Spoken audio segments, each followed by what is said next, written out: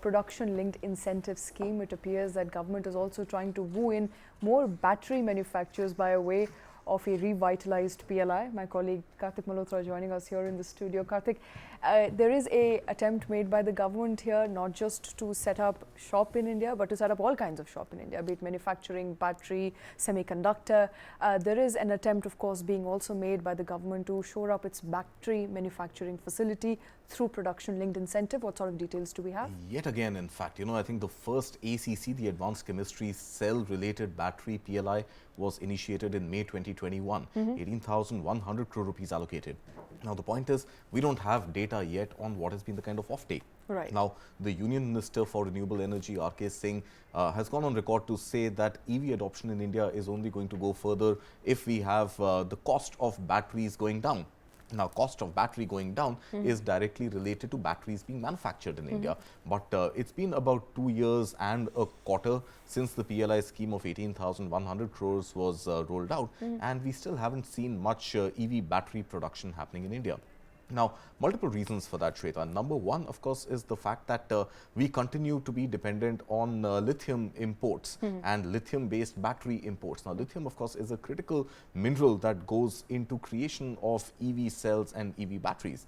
Now, I believe this new 1,000 crore rupees, which is likely to be included, this is not going to be the ACC segment. Okay. I believe this is going to be in the lithium-based battery manufacturing space. And it ties in well because in the winter session of Parliament expected from the first week of December onwards, we should see the amendment to the Mines and Mineral Act also going through.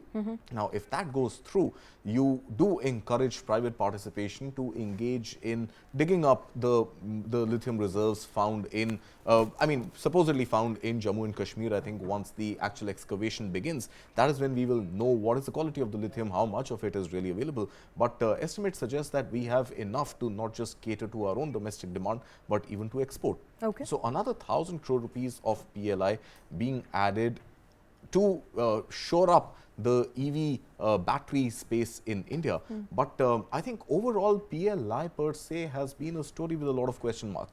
We've seen 1.97 lakh crore rupees allocated. Can we say for sure whether it's been successful or not? I mean, a lot of people looking at the numbers here would wonder whether PLI story has given the results that India wanted it to. So I think very difficult to really put a finger on it and say that, yeah, it's been a great move and it has delivered results, because also understand that any sort of manufacturing activity involves a longer time horizon. Absolutely. Right? So it's not a startup that you hire a bunch of people, you add some technology and you get great valuations and you get the ball rolling. I think in the case of manufacturing, everything from identifying land to labor to getting the technology, putting it all together and really getting things to roll out is a much longer time horizon. So 1.97 lakh crore rupees allocated towards PLI. I think semiconductor has been one sector, one industry where we have seen a great pickup. We've also seen companies based in the US like Micron and Allied Materials coming up and ready to set up their plants. In fact, the groundbreaking ceremony happened already last month with Prime Minister Modi only inaugurating it. And remember the deal, the MOU was signed when Modi was in the US.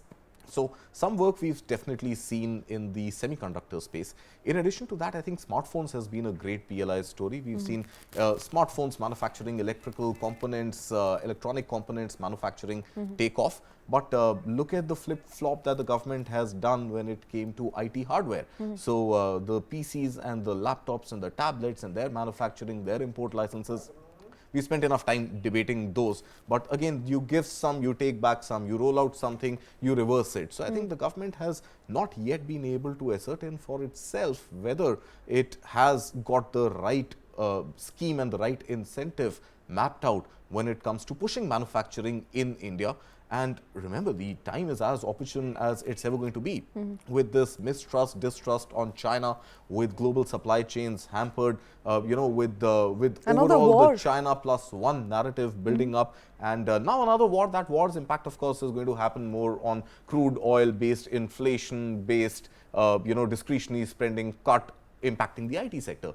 But overall, I think the time is opportune with China plus one heating up. India needs to shore up its manufacturing, and one way to do that is some incentive, some scheme which enables manufacturers to set up shop in India.